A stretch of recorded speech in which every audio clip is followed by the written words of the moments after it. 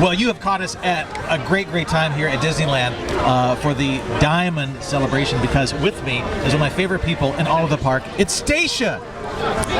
Hi. Hi there. Oh, Gary, it's so great to have you back. For me, so yeah, well, I thought I would give you a lovely memento of our Diamond Celebration kickoff. Now, tell me what you do here. Tell everybody what you do. I kind of know, but maybe they don't. Well, I have the best job in the entire world. I'm a Disney artist and historian, and what that means really is that with one hand, generally, I am holding the hairdryer to the painting to dry it off because I've just finished it, and with the other hand, I am busy typing up my notes for a magazine article on some aspect of obscure Disney history. So I kind of wear both hats, and of course they both have ears on them, but I have the best time not only creating new things, but also celebrating the wonders of the past that gave us the things we have today. While you're drawing an incredible piece of art right now. This is amazing. So now we were talking about this earlier. Tomorrowland has got something really cool going on for the people who come out here because of the movie with George Clooney. Our new movie has a beautiful preview center located, where would you think? In Tomorrowland, right? Yes. Yeah. That'd be weird if it was in Frontierland. That would be weird, yes.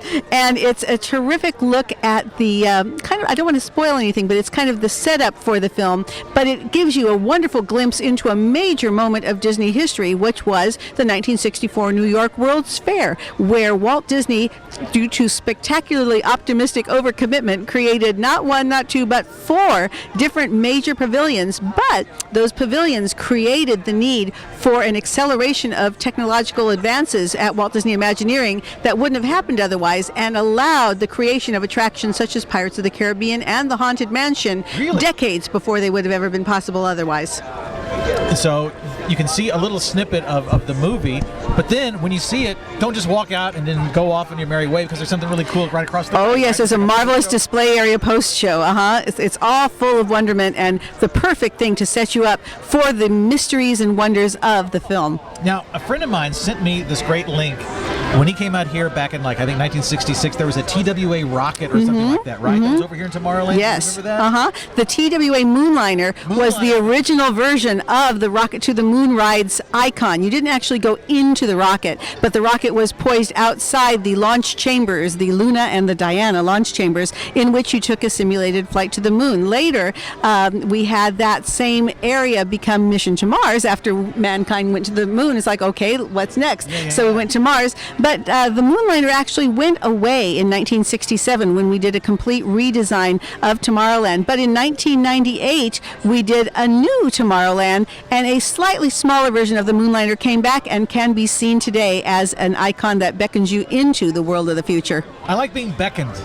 I like being beckoned in the future. Now, we talk also about, and my favorite thing out here, and there's so many things, but if I had to pick one, it would be the Haunted Mansion. Yes. And there's something special you said that's going on for the 60th, the Diamond Celebration at the Haunted Mansion. That's right. How many places can celebrate their birthday by staging a rematerialization?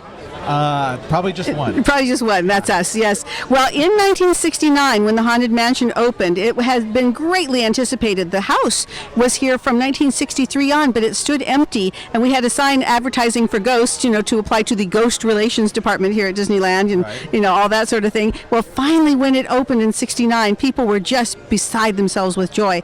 And for about a week, or a little more than that, there was a 999th Happy Haunt in there that was very, very creepy, but wasn't quite doing what it was he had been asked to do by our Imagineers. And so he left after that short amount of time. But that led to urban legend. Remember, this is before the internet and before people shared information like wildfire. So did you see that? I don't know. Was it really there? I don't know. It was in the publicity pictures, yes, but was it really in the right? I don't know. And then as the time went by, this character became the thing of legend and song. He even has had his own Facebook page for years.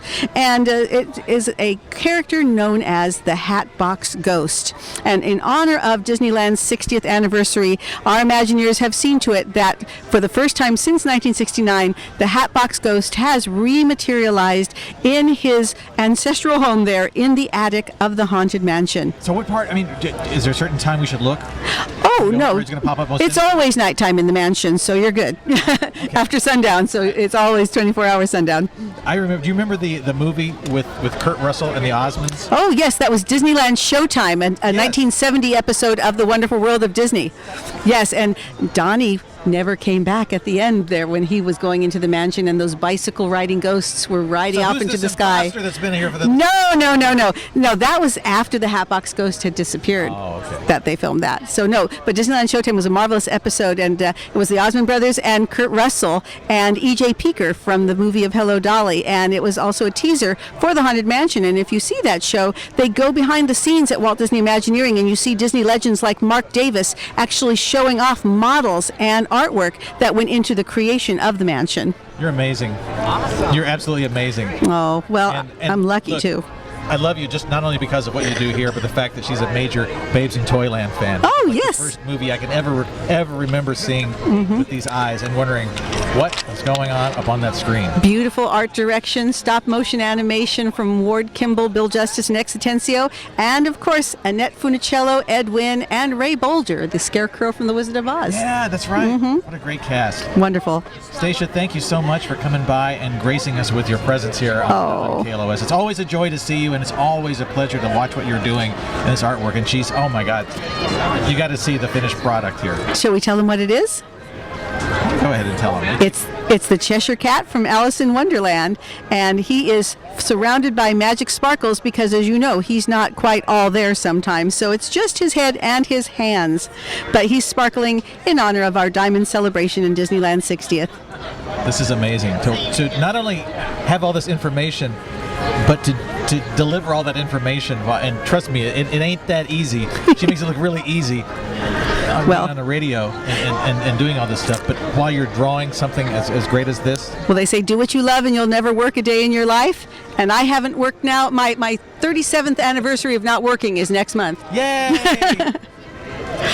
It's such a joy to have you here and keep up the great work. Thank you. This is one of the great reasons why I love coming back, is just to see Stacia and get a new drawing. Well, hurry back. I will keep my pencil sharp. Cool. Thanks so much. Show the folks. There we go. Yay! Fantastic. Thank you so much. My pleasure.